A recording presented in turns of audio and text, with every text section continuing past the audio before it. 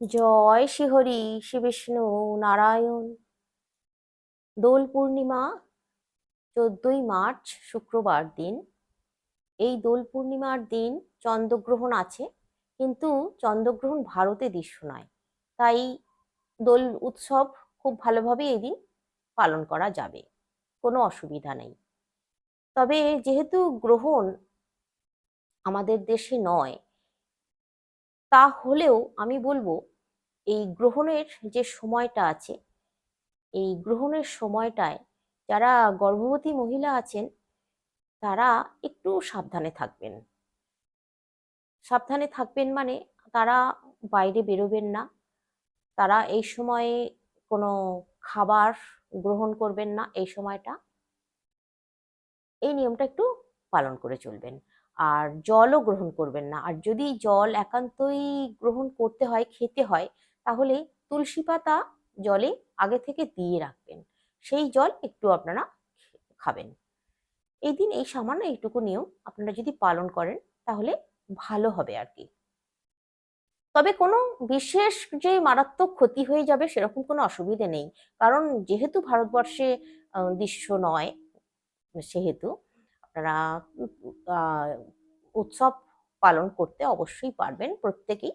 শুধুমাত্র ওই গর্ভবতী মহিলাদের জন্য একটু এই নিয়মটা যদি পালন করতে পারেন তাহলে ভালো আর কি, মঙ্গল আপনাদের। দেখুন, এই দোল উৎসব, এই হোলি উৎসব, যে এই আনন্দের উৎসব, কিন্তু আমাদের খেয়াল রাখতে হবে এই আনন্দ উৎসব করতে গিয়ে প্রচন্ড মাত্রায় হুড়োহুড়ি করে আমাদের নিজেদের বিপর্যয় যেন আমরা ডেকে না আনি। সুস্থভাবে সুন্দরভাবে আমরা যেন দোল খেলতে পারি, সেই দিকে আমাদের খেয়াল রাখা খুব দরকার। তারপর যারা অসুস্থ আছেন বা অনেকে আছেন যারা রং আবির এগুলোকে ভয় পান, কাছে আসতে চান না, তাদেরকে জোর করার আমার মনে হয় কোনো প্রয়োজন নেই। যারা স্বেচ্ছায় রং খেলতে ভালোবাসেন, আবির খেলতে ভালোবাসেন, তাদের সঙ্গে আপনারা অবশ্যই আবির রং খেলুন।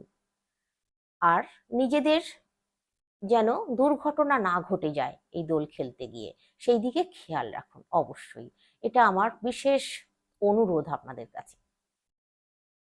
তারপর এই দিন কিছু কিছু জিনিস আছে যেগুলো খাওয়া একেবারেই উচিত হবে না, সেই জিনিসগুলোর কথা আমি বলে দিচ্ছি। তারপর কিছু জিনিস আছে যেগুলো আপনারা কিনে আনেন তাহলে খুব ভালো হবে। তারপর বাড়ির মধ্যে কিছু কাজ আছে যে কাজগুলো একেবারেই করা চলবে না, সেগুলো আমি বলে দিচ্ছি। সঙ্গে থাকুন পুরো ভিডিওটা, আশা করছি আপনারা ভীষণভাবে উপকৃত হবেন। দেখুন, এই যে দোল পূর্ণিমা, দোল পূর্ণিমার দিন অবশ্যই আপনারা, প্রথমেই বলে দিই যে কথাটা, দোল পূর্ণিমার দিন অবশ্যই আপনারা আমিষ জাতীয় জিনিস কিনেও আনবেন না, খাবেনও না, কাউকে খাওয়াবেনও না। কোনো আমিষ জাতীয় জিনিস খাওয়াবেন না, খাবেন না। এই দোল পূর্ণিমার দিন আপনারা বিশেষ কটা সবজির কথা আমি বলে দিচ্ছি, সেই সবজিগুলো কিন্তু খাবেন না। যেমন সজনে ডাঁটা, সজনে ফুল এই দিন খাবেন না, অমঙ্গল হবে, তাহলে শরীরে অসুস্থতা দেখা দিতে পারে। কলমি শাক, লাল শাক, পুঁই শাক, এই শাক জাতীয় জিনিসও আপনারা এই দিন বর্জন করবেন, আনবেন না, খাবেন না। পোড়া জাতীয় জিনিস যেমন বেগুন পোড়া, টমেটো পোড়া, চোঙা পোড়া রুটি খাবেন না আপনারা এই দিন। এই জিনিসগুলো খাওয়া খুবই অমঙ্গলের কারণ, আপনাদের পরিবারে কিন্তু অমঙ্গল দেখা দিতে পারে, এমনকি শোকের ছায়াও আসতে পারে। এই দিকটা আপনাদেরকে খেয়াল রাখতে হবে। এরপর বলবো যে কাজ ঘরের মধ্যে করা যাবে না। আপনাদের ঘরবাড়ি হয়তো অপরিষ্কার হয়ে আছে, নোংরা হয়ে আছে, চারিদিকে যন্ত্রপাতি, বটি কাঠারি ছুরি কাঁচি লোহা লক্করের জিনিস চারিদিকে ছড়ানো ছেটানো আছে। সেই সমস্ত জিনিসগুলোকে আপনারা সুন্দর করে গুছিয়ে রাখবেন, সুন্দর করে আলাদা করে, সুন্দর করে আলাদা জায়গায়, একটু লুকানো জায়গায় রেখে দেবেন। অথবা ঝাঁটা যেখানে সেখানে ছড়িয়ে আছে, এক গাদা জুতো, যে জুতো ব্যবহার হয় না সেই সমস্ত জুতোগুলো দরজা গোড়ায়, দরজার সামনে মেলিয়ে আছে, ছড়িয়ে ছিটিয়ে আছে, সেই সমস্ত জিনিসগুলোকে সুন্দর পরিষ্কার পরিচ্ছন্ন করে গুছিয়ে তুলে রাখুন। আর যদি খারাপ হয়ে যায়, মনে হচ্ছে এটা ব্যবহার করা যাবে না, সেগুলোকে ফেলে দিন। কিন্তু যেই যে কাজগুলো করার কথা আমি বলছি, এই কাজগুলো দোলের দিন মানে দোল পূর্ণিমার দিন করা চলবে না, আগে করে নেবেন। আর যদি আগে করে নেওয়ার সময় একান্তই না পান, দোল পূর্ণিমার দিন কিন্তু ভুলেও কোনো জিনিসপত্রে হাত দেবেন না, ঘরের ঝুলও ঝাড়বেন না, আগান বাগান পরিষ্কারও করবেন না। দোল পূর্ণিমা কেটে যাক, তারপরে করবেন, সেটা হলেও কিন্তু মঙ্গল হবে, ভালো হবে। না নচেত ভীষণই অমঙ্গল হবে, পরিবারে ভীষণ আর্থিক দিক থেকে আপনারা কষ্ট পাবেন। আমার কথা মিলিয়ে নেবেন। এই কথাটা আমি বলছি যে আমি বলেছিলাম, আমাকে কমেন্টে আপনারা লিখে জানাবেন। এই দিন ঘুম থেকে উঠেই লোহা লক্করের জিনিস, ধারালো কোনো অস্ত্র, ধারালো কোনো জিনিস দেখা উচিত নয়। ঘুম থেকে উঠেই হয়তো সেগুলো দেখলেন, একেবারে উচিত নয়। বা জুতো, চপ্পল, যে জিনিসগুলো আমি গুছিয়ে রাখার কথা বলছি, কেন বলছি তারও কারণ আছে। ওগুলোকে সকালবেলা হয়তো ঘুম থেকে উঠেই আপনার চোখে পড়ে গেল, একেবারে ভীষণ চরম দারিদ্রতা নেমে আসবে সংসারে। এই দিন আপনারা ঘুম থেকে উঠেই প্রথম ভগবানকে দর্শন করবেন, আর তুলসী মাতাকে দর্শন করবেন এই দিন সকালে ঘুম থেকে উঠে। আপনারা যে জিনিসগুলোর কথা বললাম, আগে থেকেই কিন্তু ওই জিনিসগুলোকে আলাদা করে দূরে সরিয়ে রাখবেন, একটু লুকানো জায়গায় রেখে দেবেন। এই দিন ঝুলও ঝাড়বেন না। ঝুল দেখুন, এই দিন মাকড়সার ঝুল ঝাড়বেন না, কারণ ভগবান এই দিন জাগ্রত থাকেন।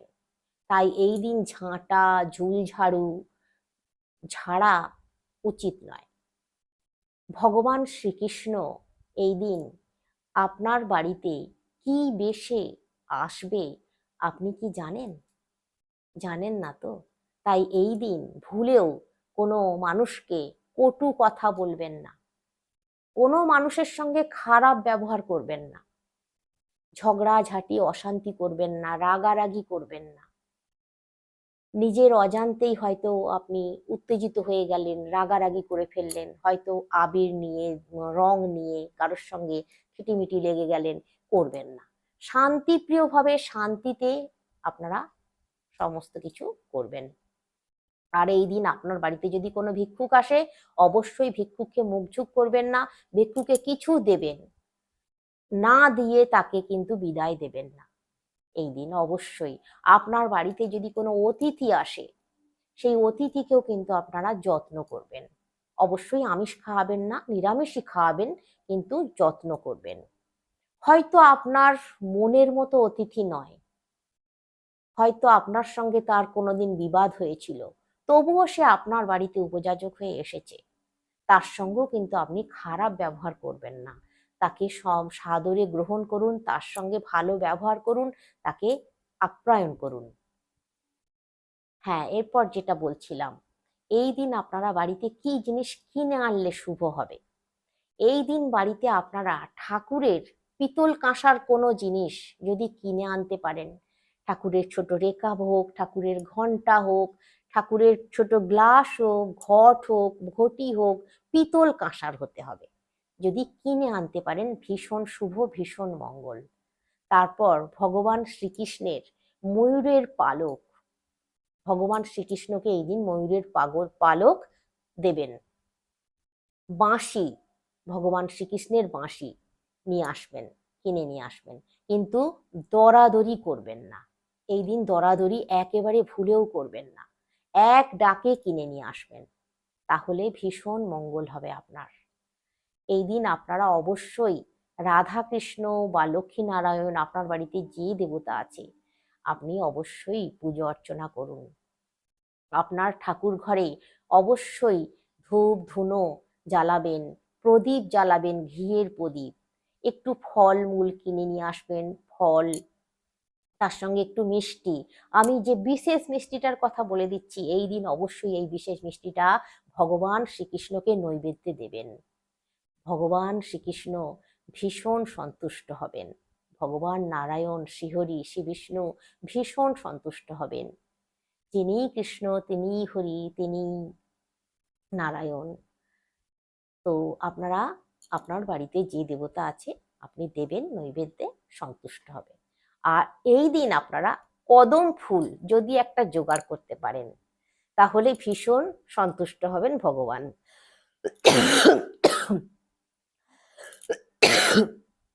এই দিন যদি কদম ফুল জোগাড় করতে না পারেন, আপনারা কদম ফুল সোলার কিনতে পাওয়া যায়, সেরকম কদম ফুলও নিয়ে এসে আপনার দরজায় লাগিয়ে দিতে পারেন 7টা।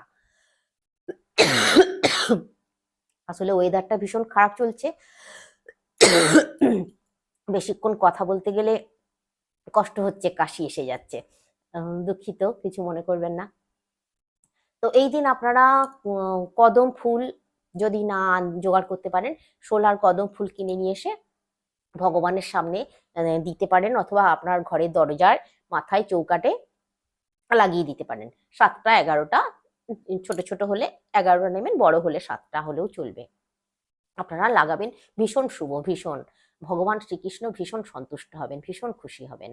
আপনারা ভগবানের সামনে যে প্রসাদ রাখবেন, তারপর ফুল দিয়ে ভগবানকে পুজো করবেন, অবশ্যই চন্দন একটু লাগাবেন, চন্দনে তুলসী পাতা লাগিয়ে, তুলসী পাতায় চন্দন লাগিয়ে ভগবানের শ্রীচরণে আপনারা দিতে পারেন এই দিন, তাহলেও কিন্তু ভীষণ ভালো হবে। ভগবানের প্রসাদে তুলসী পাতা দেবেন, দিয়ে ভগবানকে প্রসাদ নৈবেদ্য দেবেন, তাহলেও খুব ভালো হবে। আপনারা এই দিন এইভাবে পুজো অর্চনা করবেন, আর প্রত্যেকে ওই প্রসাদ গ্রহণ করবেন। হ্যাঁ, এখানে আর একটা জিনিসের কথা আমি বলবো, সেটা হচ্ছে মঠ। এই দিন অবশ্যই মঠ কিনে নিয়ে আসবেন, মঠ কিনে নিয়ে এসে ভগবানকে দেবেন, অর্পণ করবেন, মানে ভগবানের নৈবেদ্যে দেবেন মঠ। আর যদি পারেন বাড়িতে আপনারা এই দিন মালপোয়া, সুজির অথবা ময়দার মালপোয়া তৈরি করে যদি ভগবানকে দিতে পারেন, তাহলেও কিন্তু ভগবান ভীষণ সন্তুষ্ট হবেন। আর সেই যে প্রসাদ, ভগবান প্রসাদ করে দিলেন আপনাদেরকে, আপনারা পুজো করলেন নিষ্ঠার সঙ্গে, ভক্তির সঙ্গে, আর ভগবানের কাছে বসে অবশ্যই ভগবানের প্রণাম মন্ত্র 108 বার যদি জপ করতে না পারেন, 11 বার কম করে জপ করুন। হে কৃষ্ণ করুণা সিন্ধু দীনবন্ধু জগৎপতে, গোপেশ গোপিকা কান্ত রাধা কান্ত নমঃস্তুতে। 11 বার অন্তত জপ অবশ্যই আপনারা করুন। ভগবানের শ্রীচরণে আবির দিতে ভুলবেন না। 5 কালারের আবির কিনে নিয়ে আসবেন এই দিন। 5 কালারের আবির, গোলাপি, সবুজ, নীল, হলুদ, লাল, এই 5টা কালারের আবির একসঙ্গে মিশিয়ে ভগবানের শ্রীচরণে অর্পণ করুন। আর সেই শ্রীচরণ থেকে আবির নিয়ে, আপনার আবিরের সঙ্গে মিশিয়ে নিয়ে সেই আবির বাড়ির প্রত্যেকের কপালে ছুঁইয়ে দিন। আর আপনার বাড়িতে যারা আসবে তাদের কপালেও ছুঁইয়ে দিন। আপনার ভীষণ মঙ্গল হবে, ভগবানের আশীর্বাদ পাবেন। আর ওই যে আবির, ওই আবির যেন, ওই ভগবানের শ্রীচরণের আবির আপনাদের চরণে যেন না পড়ে, এইটা মাথায় রাখবেন, কখনো না। আর ওই ভগবানের শ্রীচরণের আবির আপনারা যদি কাগজে মুড়ে অথবা ছোট লাল অথবা হলুদ শালু কাপড়ে, ছোট শালু কাপড়ে ভগবানের শ্রীচরণের আবির একটুখানি রেখে, সেই আবির বেঁধে আপনাদের যেখানে টাকা পয়সা রাখেন সেখানে যদি রেখে দিতে পারেন, অথবা আপনারা যারা বিজনেস করেন, ব্যবসা করেন, তারা ব্যবসার জায়গায় ওই আবির, ভগবানের শ্রীচরণের আবির রেখে দিন। তারপরে দেখবেন আপনার ব্যবসায় কিরকম উন্নতি হবে। কিন্তু যা কিছু করবেন ভক্তি ভরে, নিষ্ঠার সঙ্গে, ভক্তির সঙ্গে করবেন। অবিশ্বাস নিয়ে কিন্তু কোনো কাজ করবেন না, বিশ্বাসের সঙ্গে করবেন, দেখবেন বিশ্বাসে মিলায় বস্তু। ভগবান শ্রীহরি শ্রীবিষ্ণু নারায়ণকে মন প্রাণ ভরে এই দিন আপনার মনের প্রার্থনা জানাবেন। ভগবানের সামনে বসে অন্তত 10টা মিনিট সময় দেবেন। সারা বছর তো সময় হয় না, এই দিন এমনিতেই ছুটির দিন, যারা ব্যবসা করে তাদেরও কিন্তু এই দিন ছুটি, তারাও অন্তত, প্রত্যেকের কথা আমি বলছি, প্রত্যেকেরই এই দিন ছুটি থাকে। 10টা মিনিট ভগবানের সামনে বসে আপনারা জপ করুন, প্রার্থনা করুন, ভীষণই মঙ্গল হবে। আপনারা তাহলে এইভাবে এই উৎসব পালন করুন।